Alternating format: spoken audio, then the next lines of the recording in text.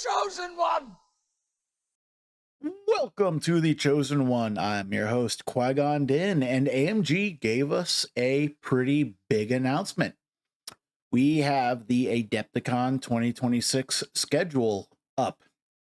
And this is big because this is going to be World Championships. This is going to be the biggest Shatterpoint event of the year for 2026. I will be going. I have already got my plane ticket all squared away.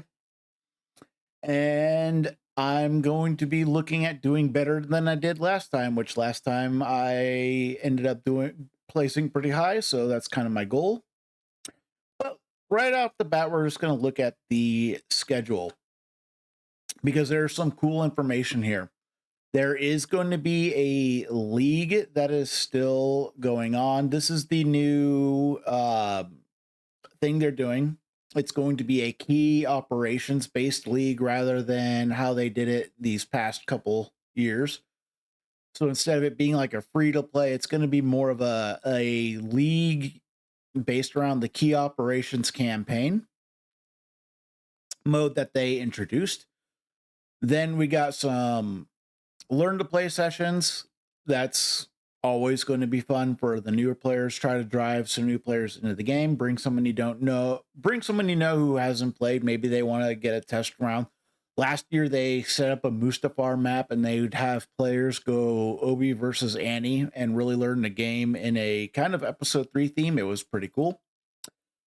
We're going to get into the base event. So Thursday, this is going to be the kind of first day the actual con's going. Wednesday is badge pickup.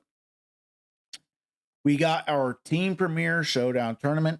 It being on Thursday is pretty cool. They're going to allow up to 48 teams. So everyone who wants to do the team tournament should be able to do the team tournament. I recommend it. It's one of the funnest events at Adepticon. It's one of the main things Adepticon is like known for. Battles on the Sand sneak peek. So this is really cool. This is a new game mode. It is a 4-player free-for-all mode that they are introducing. And this is going to be pretty fun. A new way to play the game with multiple players. It being free-for-all is going to be pretty sick. Here's the key operations. This is, I'm assuming, the league campaign that they're doing. Legendary encounters. This is the other new game mode that they just dropped to us at Mini Extravaganza, where, you know, a guy takes on your 2 players and one guy is running the big baddie, you know, big beefed up primary versus the secondaries and supports. Friday. So they changed the way the World Championships are working this year for Adepticon. This past one, they did 2 heats and there were 64 players in each heat, and then they went down to a top 16. They cut that system all out. Now it's a single qualifier, 128 players maxed for this event. We will probably not fill this event. Last year we got like 101, so I'm assuming we might get like maybe 110. But if you want to enter Worlds, you should be able to get in. The World Championship qualifier is going to be 4 rounds, and then the top 64 from that 128 players will make day 2. And that is going to be very, very cool. More key operations, more legendary encounters, another sneak peek event for the free-for-all format. And then on Saturday, if you don't make day 2 at Worlds, you still have a premier showdown event that you can enter. So, you know, more chances to play Shatterpoint, get those prize tickets. The World Championship top 64 goes for 3 rounds, and this is going to be make or break for that top 8. So, you know, you're going to have to play your best. And the other factor about this Worlds for, you know, this event, everyone's sharing the same bracket. There's no heat 1, heat 2. So, no, all of the top end players are going to be in the same tournament. going to make things very interesting. More key operations. It's kind of the deal. We get the Sunday.